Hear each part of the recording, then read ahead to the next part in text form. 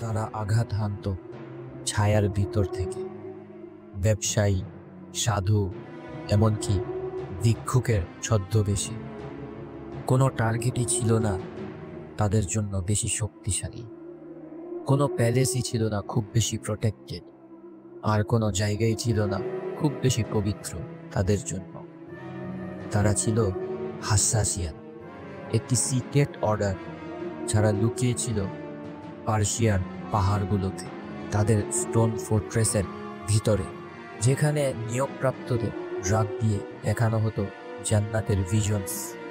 আর যখন তারা জেগে উঠত, তারা বিশ্বাস করত একটাই জিনিস, শহীদ হওয়া তাদের সেই জান্নাতে ফিরিয়ে নিয়ে যাবে। তারা হয়ে উঠেছিল অন্ধকারের ধারালো তলোয়ার।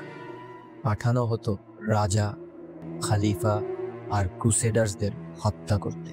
তাদের এম্পায়ার ছিল ভয়ের, এতটাই ভয়ের যে চেঙ্গিস খানও তার কনকোয়েস্ট থামিয়ে দিয়েছিল শুধুমাত্র তাদেরকে নিশ্চিহ্ন করার জন্য।